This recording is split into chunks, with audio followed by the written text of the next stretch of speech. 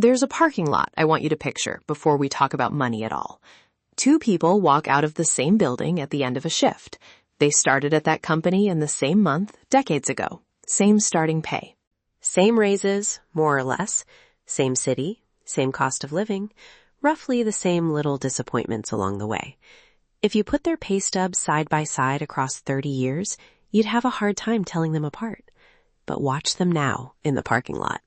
One of them gets into the car without a second thought. The car is paid off. Later that night, when a bill arrives, it gets handled and forgotten. When a friend suggests a trip, the answer is just yes. There's a quietness to this person's money, not because they earn dramatically more, but because nothing is leaking. There's a base underneath them. It holds. The other one is doing math in their head before they've even unlocked the door. Not big math, small math. Can the card take it?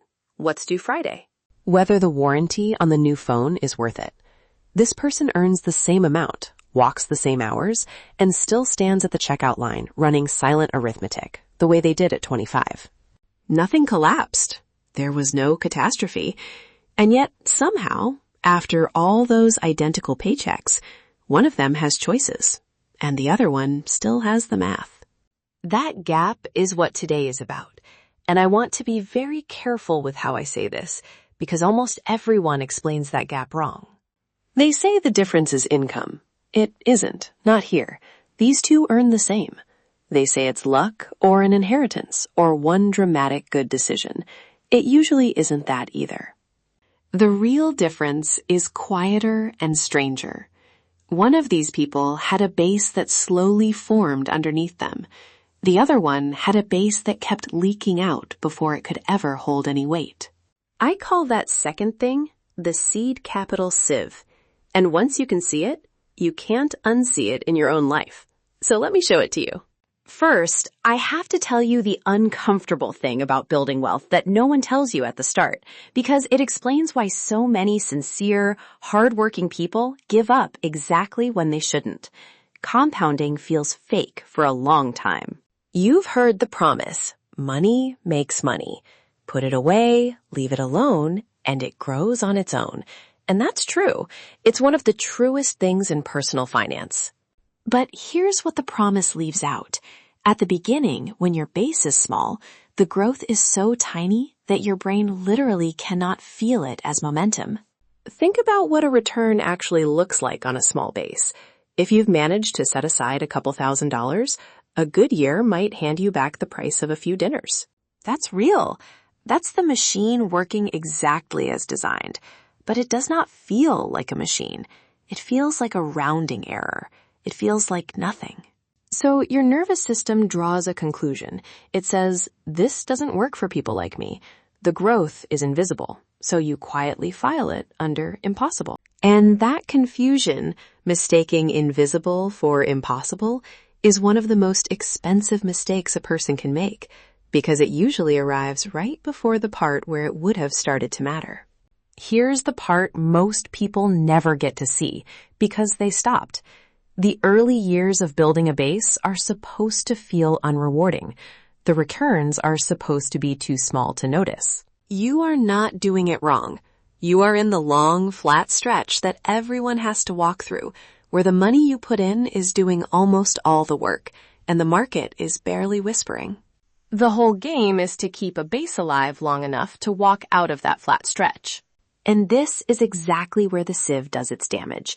Because if your base keeps leaking, if it never gets to sit there and accumulate weight, you never even reach the flat stretch. You're not early in the journey. You're stuck before the journey starts, refilling a container that quietly empties itself year after year, while you wonder why other people seem to be pulling away. So let's talk about the holes. I want to be clear about my tone here, because this is where most money talk goes ugly. I am not going to tell you that your small pleasures are the problem. The enemy was never the thing that brought you joy. The enemy is the premium you pay where no real value ever comes home. That's the whole definition. A leak is any place where money leaves your life and nothing of lasting worth walks back in. Let me make it concrete. Start with the biggest early hole for most people, the one that masquerades as completely normal. The car. Not the existence of a car. You may genuinely need one. The leak is the brand new car, refreshed on a cycle, financed over a long stretch of years. Because what you're really signing up for there is a monthly payment tied to an object engineered to lose value the moment it's yours. You pay a high price. You stretch the loan to make the payment feel survivable. The value drops faster than you pay it down, and for a long while, you owe more than the thing is worth. Hundreds of dollars a month, leaving every month, attached to a falling asset. That is not a purchase. That is a faucet, left open, pointed away from your future. And the cruel part is that it looks responsible. It looks like an adult with a nice car. Then there are the fear products. These are the ones that hurt me the most to watch because they're sold using your own conscience against you. The extended warranty on the gadget. The elaborate insurance product dressed up as an investment. The add-on coverage at the register that the cashier has been trained to make you feel reckless for declining. These things are sold with the language of responsibility. Protect yourself, protect your family. Be the kind of person who plans ahead. But underneath a lot of them is a simple transfer. Money leaves your base, a commission gets paid, and the actual protection you bought is thin or unlikely to ever be used. You didn't buy safety. You bought the feeling of having been careful, and that feeling is one of the most expensive things on the market. Then there's the quiet category, the subscriptions you forgot you had, the membership you signed up for in a burst of intention and used twice, the service that renewed last spring and the spring before that. The convenience fees, the delivery upcharges, the little defaults that shave a few dollars off the top of ordinary life. None of these is a scandal. Any one of them alone is genuinely nothing. But the sieve isn't one big hole. The sieve is 30 small ones, and 30 small holes can empty a bucket just as completely as one large one. They just do it so gently that you never hear the water leave. And then woven through all of it, the upgrade habit. The slightly nicer version of the thing you already own and that already worked. The phone that's 1 year newer. The standard becoming the premium plus. Not because your life got better, but because the upgrade is always presented as the natural next step for someone like you. Add it all up and you get a person who earns a real salary and still cannot figure out where it goes. It went into the holes. Every month before the base could ever form, the seed capital leaked out, not through one disaster, but through a dozen socially approved, completely normal, barely noticed decisions. That's the sieve. Now, let me show you what it's keeping you from. There's a number people throw around, the first 100,000, and most of the time it's used as a flex, a screenshot, a milestone to announce. I want to take it back from the bragging and hand it to you as something far more useful, because the number itself is not the point. What the number represents is the point. The first 100,000, and I'm using it as a marker, not a magic figure, the real threshold depends on your life, is roughly where the geometry of your money starts to change. It's where the second engine switches on. Let me explain the two engines, because this is the whole mechanical heart of it. Engine 1 is you, your paycheck, the money you earn and decide to set aside. At the beginning, Engine 1 is doing essentially everything. Your account grows because you feed it. Full stop. If you stop feeding it, it stops. That's the flat stretch we talked about. All you, no help. Engine 2 is the base itself. It's the money your money makes. And at the start, Engine 2 is so weak it's almost theoretical, because a small base produces small returns. But the base doesn't stay small if you protect it. It grows. And at some point, somewhere in the zone we're calling the first 100,000, Engine 2 gets strong enough that you can actually feel it.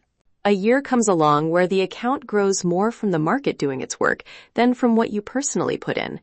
That's the moment people describe as the math switching sides. And it is genuinely a strange and wonderful thing to witness in your own statement, because for years you've been the only one rowing, and then one day you notice the current is helping. The base has started to carry some of its own weight. Money stops being only a thing you manage, and starts being a thing that works while you sleep. And here's the property that makes the threshold matter so much. It tends to accelerate. The first stretch to a real base is the slowest and the hardest because engine 2 is barely contributing. But each layer after that can arrive a little faster than the last because the base doing the work is bigger each time. The climb gets less lonely the higher you go. Which is exactly why the sieve is so costly. Every leak isn't just a small loss in the present. Every leak is a delay on the day the second engine turns on. You're not just spending the money. You're pushing back the moment your money starts helping you spend. Now, I have to warn you about something, because if I only tell you the hopeful part, you'll walk out into the world and the world will immediately try to talk you out of it. The trap is this. The person building the base looks like they're falling behind for years. Picture two people again. One of them has the newer car, the upgraded everything, the visible markers that read instantly as doing well. The other one drives the older car, hasn't upgraded the phone, looks, honestly, a little boring. If you ranked them by the scoreboard you can see, the one with the nice things is winning, clearly, and it's not close. But the scoreboard you can see is the wrong scoreboard. Because the person with the nicer car may not be ahead, they may be carrying a future bill. Those visible upgrades are very often financed, which means they aren't evidence of a base. They're evidence of payments, of holes, of seed capital leaving every month. Meanwhile, the boring one, the one who looks like they're standing still, may be quietly assembling the one thing you can't photograph, a base that's about to switch on its second engine. This is the cruelest stretch of the whole journey, and I want to name it honestly. For a long time, doing the right thing looks indistinguishable from doing nothing. The base is invisible. The leaks would have bought visible things, so the world keeps handing applause to the leak and silence to the base. And if you measure your life by who's clapping, you will reopen every hole you ever closed, just to look like you're keeping up. So you have to learn to trust an asset you can't see, while other people are rewarded for the ones they can. That's the discipline. Not deprivation, discipline. The willingness to look unremarkable for a few years in exchange for choices later. Now, this is the part where a lesser version of this conversation turns into a lecture about everything you're not allowed to enjoy. I refuse to do that because it's both cruel and wrong. A life with no joy in it is not a financial plan. It's just a different kind of poverty. So let me give you the real distinction, the one that actually separates a leak from a worthy expense. It isn't the price. It's what comes home. Some spending genuinely returns something durable. Spending on your health returns you years and energy. Spending on real safety, the insurance that actually protects against a thing that would wreck you, returns a floor under your life. Spending on a tool that does real work, on time you get back, on an experience that becomes a memory you'll hold for decades, on the people you love. These things return value. The money leaves and something of lasting worth walks back in. That's not a leak. That's the whole point of having money at all. And then there's the other kind, spending that mainly returns a feeling, and usually one of three specific feelings. It returns the soothing of a fear that was manufactured to be sold to you, or it returns a hit of status, a moment of looking like someone that fades by the next afternoon. Or it returns pure convenience that you didn't really need and won't remember. Those are the leaks. Not because feelings don't matter, they do, but because you paid a permanent price for a temporary feeling and nothing durable came home. So the question is never, is this allowed? The question is, what comes back? Buy the joy that lasts. Buy the health, the safety, the real utility, the memory. And get ruthless, calmly, without guilt, about the premiums that sell you fear, status, and convenience, and send nothing of value back through the door. That's not austerity. That's just refusing to be quietly robbed. All right, I've given you the picture and the principle. Now I want to give you something to actually do, because insight that never touches your real accounts is just entertainment, and I want better than that for you. Here's the honest promise, and notice how modest it is. In about 90 days, you will not be rich. Anyone who tells you 90 days makes you rich is selling you a new leak. What 90 days can do is start a few loops that, in all likelihood, have not been running in your life at all. And once the loops run, you finally get evidence, proof that the machine can move, instead of vague hope and vaguer guilt. The first loop is visibility, and it has to come first because you cannot fix a leak you can't see, so you go get the truth. You pull your actual statements from the last 90 days, and you look, really look at where the money went. Not a budget, not aspiration, the record of what already happened. You sort it, roughly, into categories, and then you do one small, brutal thing. You underline every charge that surprised you, the subscription you forgot, the fee you didn't know was recurring, the thing you'd swear you canceled. Most people who do this honestly find a startling amount of money, hundreds of dollars a month sometimes, flowing out through holes they genuinely did not know were open. That underlined list is the map of your sieve. You've never seen it before. Now you have. The second loop is the fast cleanup, the leverage points that respond quickly. Some leaks close the moment you find them. You cancel the dead subscriptions, you kill the renewals, you call and remove the add-on you never use. And if part of your money picture involves balances that are dragging on you, this is also where a fast feedback credit loop can matter. Lower balances, cleaner utilization, fewer revolving pressures, those changes can start showing up in weeks, not years, without turning this into a promise or personalized advice. The point is not to obsess over a score. The point is to remove one of the quickest ways financial pressure keeps stealing optionality. You're looking for the holes you can close this month and fill by next month. The third loop is the slow one, and it's mechanically the easiest and psychologically the hardest. You take some of the money you just freed, the leaked dollars you've now plugged, and you route it, automatically, into the base. And then you wait. That's it. That's the whole loop. The reason it's hard isn't difficulty, it's patience, because the first evidence from this loop is quiet and it's slow. But this is the loop that builds the thing the other two are protecting. The first two loops stop the bleeding. This one starts the heartbeat. And 90 days is the realistic minimum for those loops to show you anything real.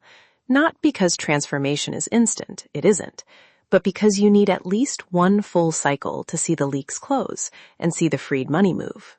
And you also need enough time to see the first small proof that your base can actually grow when you stop puncturing it.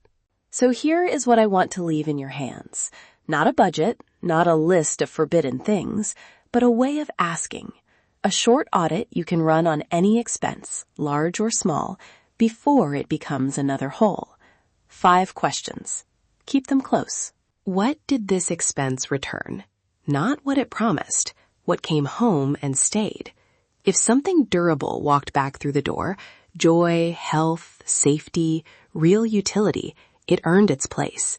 If only a fading feeling came back, you found a leak. The second, did it protect my future or just soothe fear? Because the fear products are masters of disguise. Ask whether you're buying genuine protection against something that would truly harm you, or whether you're buying the momentary relief of having been talked into looking careful. The third, did it build the base or reopen the sieve? Every dollar is going one of 2 directions. It's either adding weight to the thing that will one day carry you, or it's slipping back out through a hole you'd already found. There's no neutral. Name which one this is. The fourth, what monthly obligation follows it? This is the one people forget, and it's the most important for the big decisions. A purchase isn't just its price. It's the tail of payments it drags behind it. Before you take on the new car, the new plan, the new tier, ask what recurring leak you're agreeing to keep open for years. And the fifth, the one I'd want you to feel more than calculate, does this make my future calmer or tighter? Sit with it for a second before the big ones. Some spending genuinely loosens the future. It buys breathing room, real security, a life you actually want to live in. Other spending quietly tightens it, ratchets the next few years one notch closer, even though in the moment it felt like an upgrade. Calmer, or tighter? Your body usually knows the answer before your spreadsheet does. Run those 5, gently, without shame, and over time, you'll find you've closed the holes that mattered. You'll keep the ones that were never holes at all, the small joys, the real protections, the things worth having. That's the whole craft. Not spending nothing, spending so that something comes home. Let me take you back to the parking lot. 2 people, same paycheck, decades on. One with choices, one still doing checkout line math. And for years, I think the second person believed something was wrong with them, that they were bad with money, that they lacked some discipline gene other people were born with, that the machine everyone talks about just doesn't run for people like them. But the machine was never broken. It was never even really tested. It was just underfed. Every month, before the base could gather enough weight to turn its second engine, the seed capital leaked out through a dozen ordinary, forgivable, completely normal holes. The person didn't fail. The sieve just quietly did its job, year after year, in a way no one ever pointed out. And the other one, the one with the quiet money, the easy yes, the paid-off car, they didn't have a secret. They weren't smarter. They just somewhere along the way started closing holes faster than life could open them. They let a base form. They survived the boring flat years where nothing seemed to be happening. And then one day the second engine switched on, and the money started helping, and the helping kept compounding, until the choices you can see now were just the natural shape of a base that finally got to hold. That's the quiet freedom. It isn't loud. It doesn't photograph well. It's just the absence of the math, the checkout line arithmetic finally going silent, because there's a base underneath you that holds. You don't get there by earning your way out of a sieve. You can't. The holes scale with the income. You get there by closing them, gently and deliberately, until the seed capital finally stays long enough to grow.